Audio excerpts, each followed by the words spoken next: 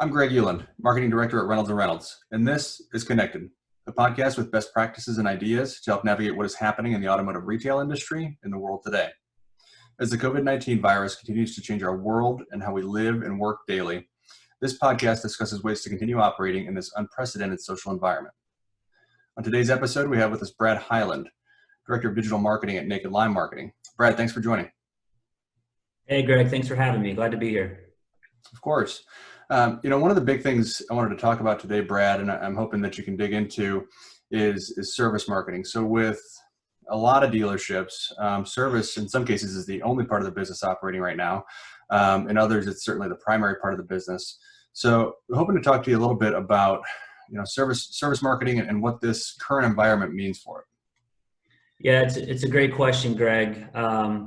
Historically, new and used car sales and advertising on the front end of the business gets the lion's share of the attention, and service, very important to any dealer's success, on the advertising side, doesn't get as much attention. I think given where we're at today, with many dealers, the service or the sales department shut down, and it's, consumers are a little less likely to travel. I mean, that's just where we're at with, it's different state to state, but the bottom line is, I just don't think we're seeing as much traffic across a number of retail environments right now, auto dealerships included.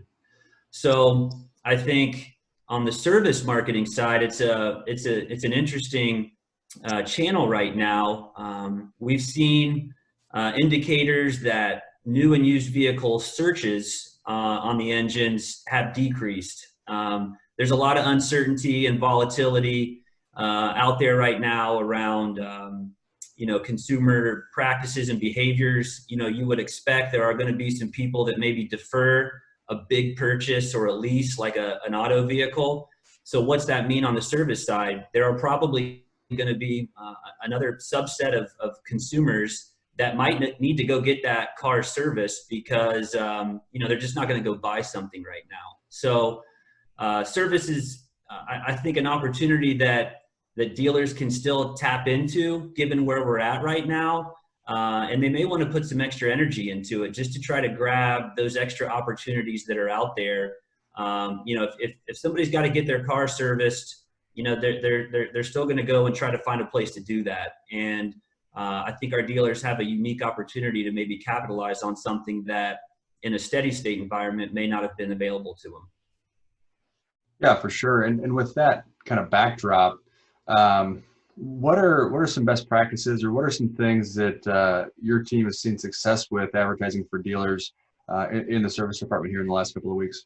Yeah, well, I think this situation is really forcing dealers to look at their digital presence and their marketing spend across every channel, because it's very extraordinary times, and businesses of all kind, including dealerships, are having to adapt to just where we're at right now, and seemingly could be for months to come. Like, we don't know how this is going to play out. It's changing day to day, and I think that volatility is hitting not only consumers but also businesses. So, to my earlier comment, service might be something that, in the marketing mix didn't get a lot of attention at the dealers previously, but there could be an opportunity there. So a lot of dealers don't have, any fixed ops campaigns running on the paid side. So that might be an avenue that could make sense given where we're at right now.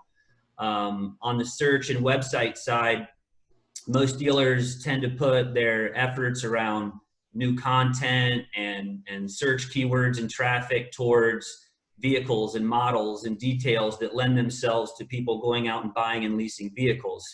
And given we're in a different place right now, focusing some of that effort to the service drive might make more sense for customers right now. So I think it's one of those things where, every dealer's different, every community's different. This is impacting consumers differently across the United States.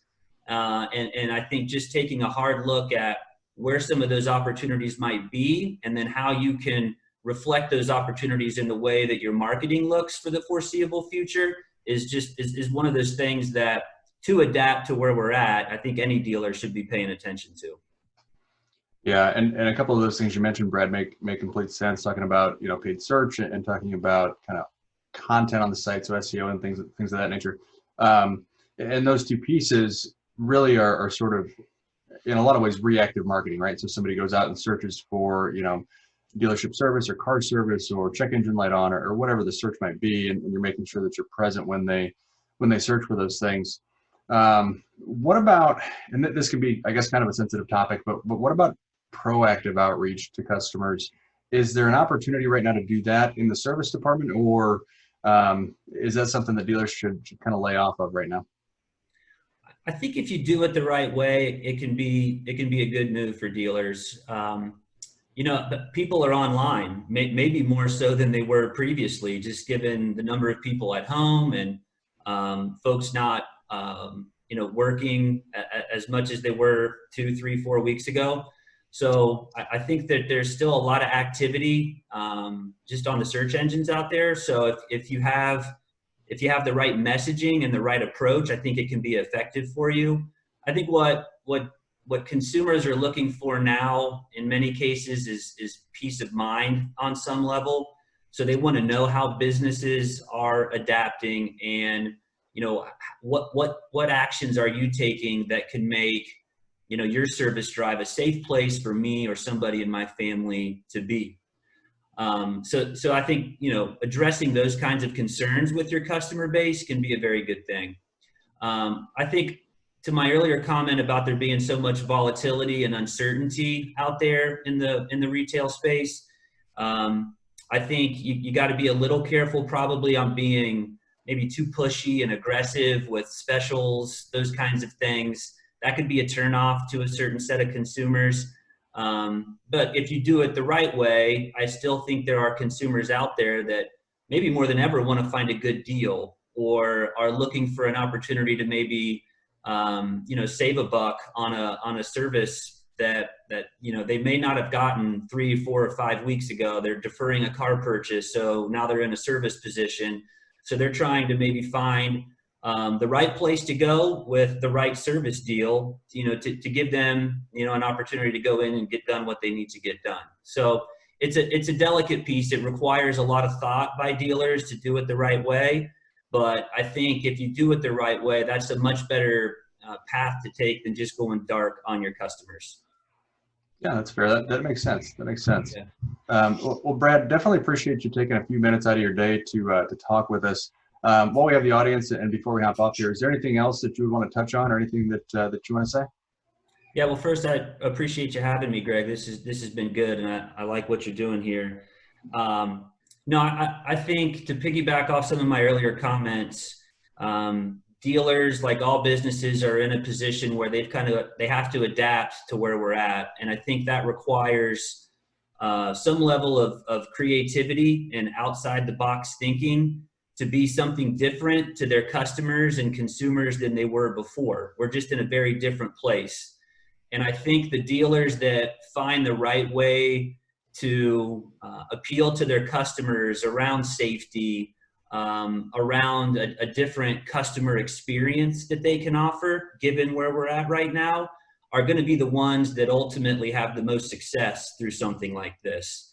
So I think I would challenge dealers in any case to try to put themselves in the consumer's shoe and think, what would that person need to feel comfortable interacting with me as a business right now?